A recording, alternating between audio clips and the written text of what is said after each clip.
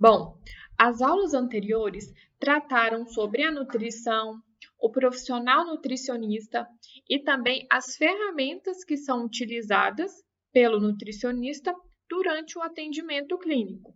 Então, agora vou falar sobre as doenças, né? As principais doenças que acometem a população. Então, começando aqui pela obesidade, que é caracterizada como uma doença multifatorial, na qual, além dos fatores nutricionais, os aspectos genéticos, metabólicos, psicossociais e culturais atuam em sua origem e manutenção. No cenário epidemiológico mundial, a obesidade se destaca por ser simultaneamente uma doença, mas também um fator de risco para outras doenças crônicas não transmissíveis, estando fortemente associada a um risco maior de desfechos, sejam elas as doenças cardiovasculares, o diabetes mellitus tipo 2, os cânceres ou a mortalidade em geral.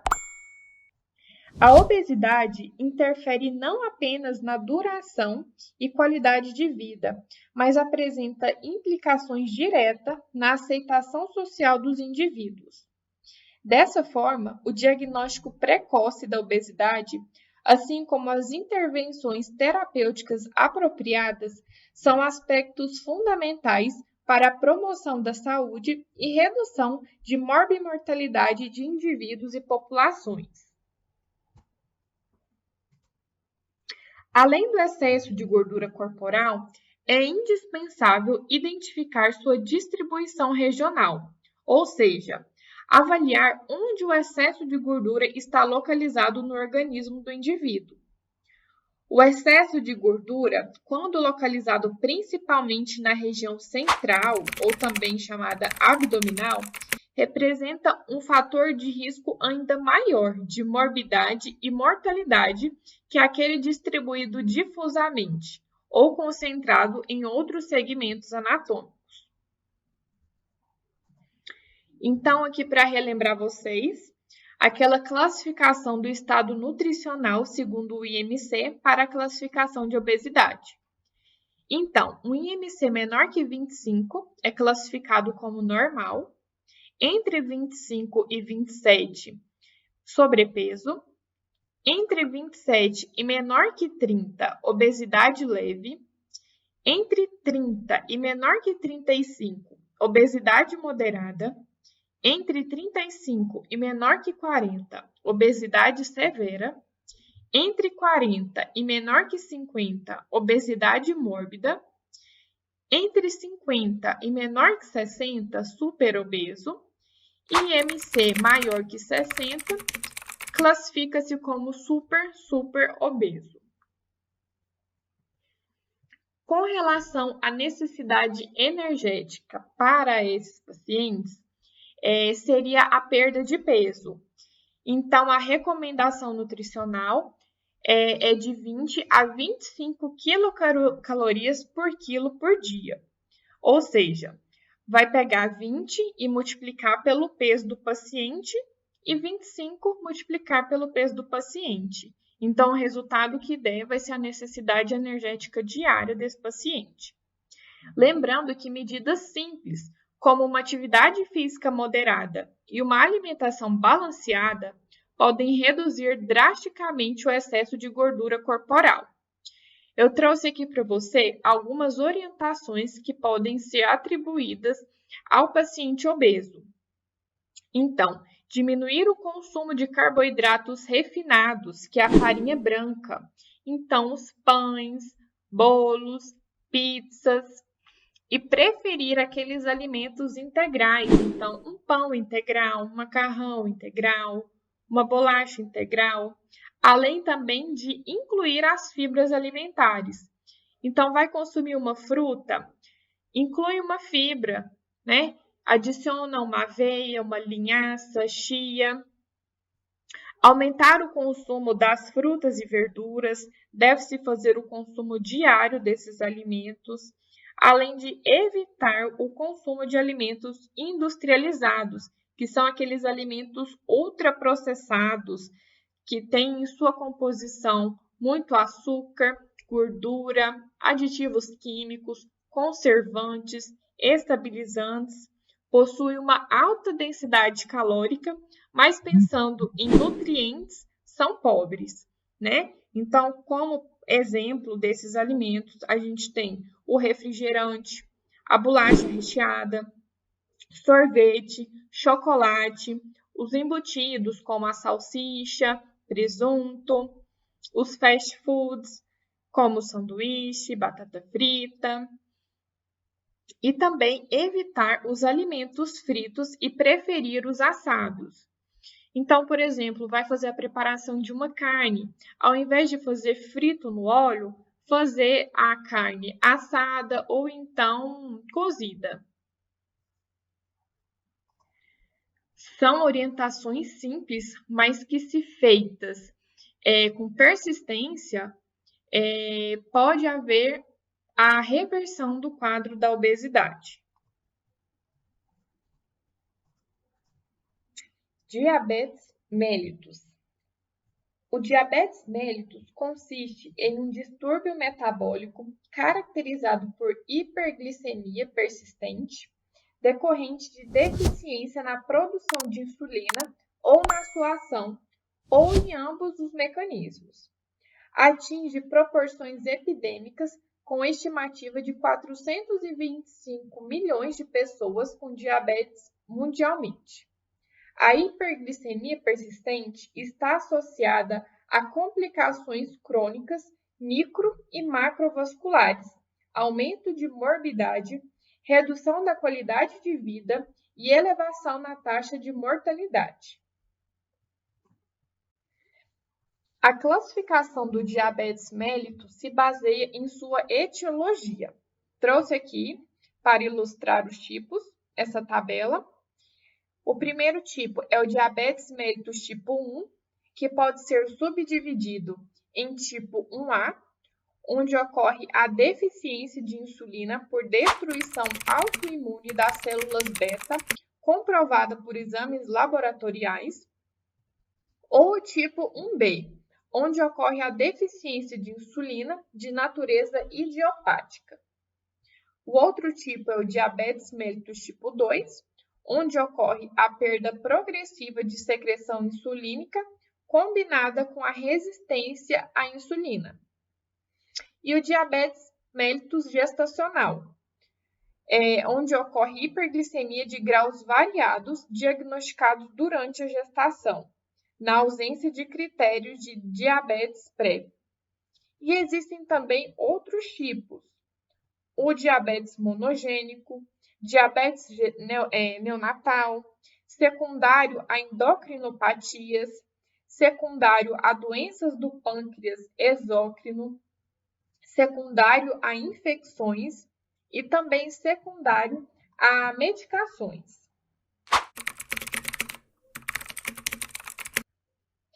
Na história natural do diabetes mellitus, as alterações fisiopatológicas precedem em muitos anos o diagnóstico da doença.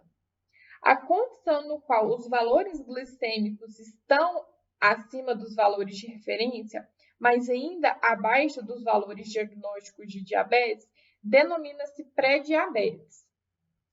A resistência à insulina já presente e na ausência de medidas de combate aos fatores de risco modificáveis, ela evolui frequentemente para doença clinicamente manifesta e associa-se a risco aumentado de doença cardiovascular e complicações.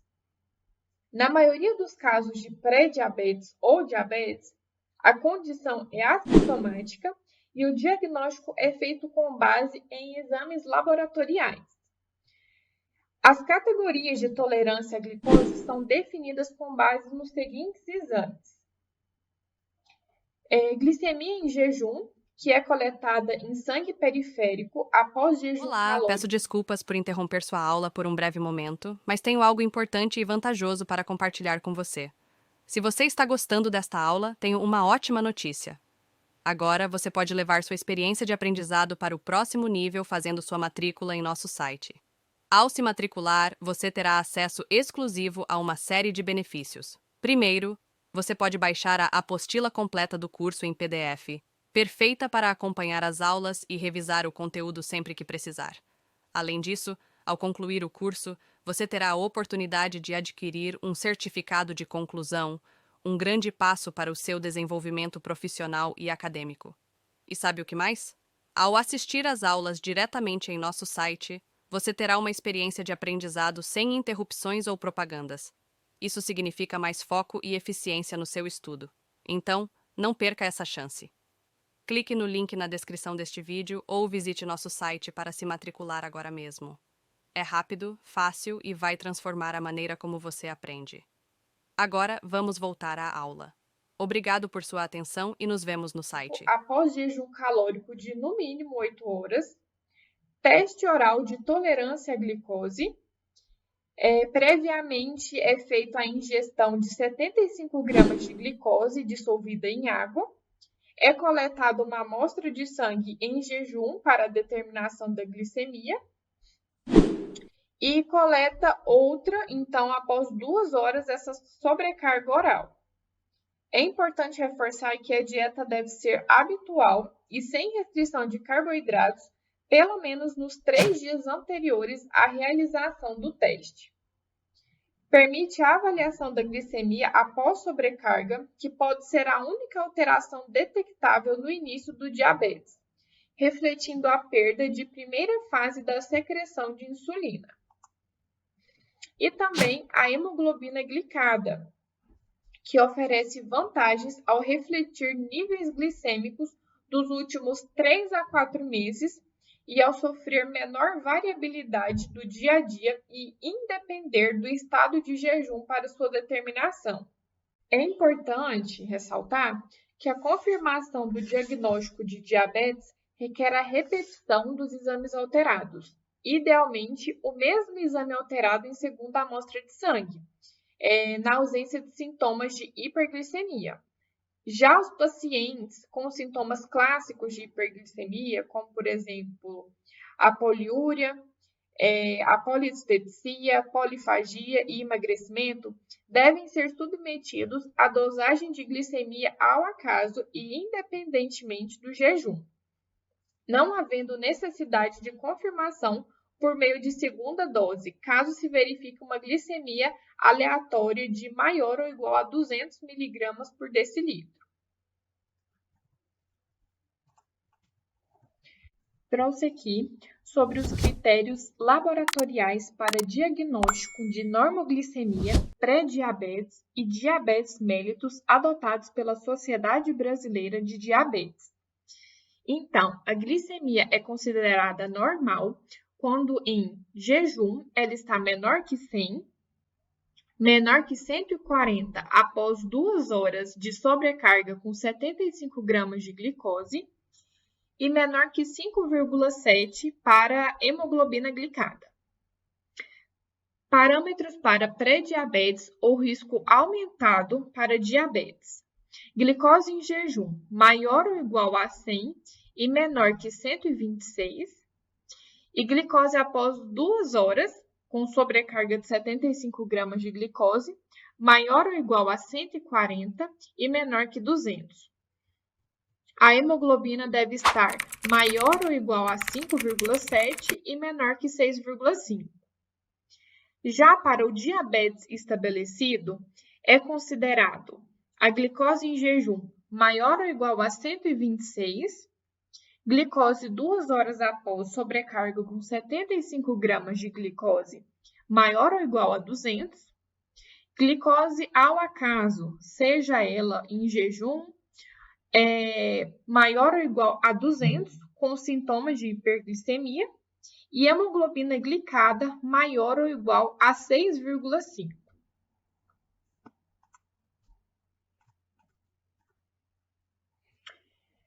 Segundo a definição do Institute of Medicine, IOM, terapia nutricional é o tratamento de uma doença ou condição por meio da mudança da ingestão de nutrientes ou de todo um alimento, A conduta nutricional direcionada a indivíduos com diabetes tipo 1 e tipo 2, pré-diabetes e diabetes gestacional deve ser definida com base em avaliação e diagnóstico nutricional, para posterior programação das intervenções nutricionais. Acompanhamento e avaliações contínuas apoiam mudanças de estilo de vida em longo prazo, bem como possibilitam analisar resultados e modificar intervenções quando necessário. A abordagem nutricional individualizada requer mudanças no estilo de vida e objetivos que possam resultar em intervenções dietéticas complexas. Para essa individualização, é necessário conhecer alguns aspectos relacionados ao contexto da produção e do consumo dos alimentos, como cultura, regionalidade, composição de nutrientes e preparo de refeições. Esse cenário justifica a recomendação do nutricionista como profissional habilitado para implementar intervenções e educação nutricional para indivíduos com diabetes. Paralelamente, esse nutricional deve esclarecer os membros da equipe sobre os princípios da terapia nutricional, a fim de obter seu apoio nas implementações e desmistificar concepções. A orientação nutricional tem como alicerce uma alimentação variada e equilibrada. Além disso, o foco é entender as necessidades nutricionais em todas as fases da vida. Essa terapia tem como objetivo ainda a manutenção e obtenção do peso saudável, alcance das metas de controle da glicemia, tanto em jejum como pré e pós-prandial, que é após as refeições, e adequação dos níveis pressóricos e dos níveis séricos de lipídios, considerando-se o uso de fármacos para prevenir complicações de curto e médio prazo. Embora diversos estudos tenham tentado identificar a melhor combinação de nutrientes para os indivíduos com diabetes mellitus, tem estudo que mostra que não há proporção ideal aplicável e que, portanto, os macro e micronutrientes devem ser prescritos de forma individualizada. Então, dessa forma, a ingestão dietética em pacientes com diabetes segue as mesmas recomendações, aquelas definidas para a população geral, considerando as faixas etárias. Então, eu trouxe aqui para ilustrar para vocês sobre as recomendações nutricionais para o diabético, que, assim como eu falei, é a mesma para a população em geral. Então, com relação aos carboidratos, existe a recomendação de 45% a 60% do valor energético total. É possível usar padrões alimentares com menor teor de carboidratos de forma individualizada e acompanhada por profissional especializado, né? Então, aqui não é via de regra esses 45% a 60%. Pode-se utilizar outras estratégias, como, por exemplo, uma low carb, que é muito utilizada para pacientes diabéticos, desde que seja de forma individualizada e acompanhada pelo profissional. Recomendação de sacarose, de 5% a 10% do valor energético total. A frutose, não se recomenda a adição nos alimentos, apenas a frutose presente nas frutas. Fibra alimentar, mínimo de 14 gramas para cada 1.000 quilocalorias consumidas. E com relação às gorduras, de 20% a 35% do valor energético total, dando preferência para os ácidos graxos monoinsaturados, como por exemplo o azeite de oliva e os poliinsaturados, aqueles de origem vegetal, e limitar o consumo dos saturados, que são aqueles de origem animal, como as carnes, os laticínios, em até 10% e isenta das gorduras trans. E as proteínas de 15% a 20% do valor energético total. Com relação aos micronutrientes, as vitaminas e minerais seguem as recomendações da população sem diabetes. E aí, tudo bem? Estou passando apenas para deixar um recado bem rápido para você que acabou de ver essa aula e que gostaria de assistir a todas as aulas desse curso. É bem fácil, basta você clicar no link que está na descrição deste vídeo ou acessar www.novacursos.com.br. Fazendo sua matrícula em nosso site, você terá acesso a todas as aulas desse curso e mais centenas de outros cursos, além de poder fazer avaliação. E caso você queira, poderá estar adquirindo o certificado com um valor bem acessível. Esse foi o recado que eu queria dar, aguardo sua matrícula. Até breve!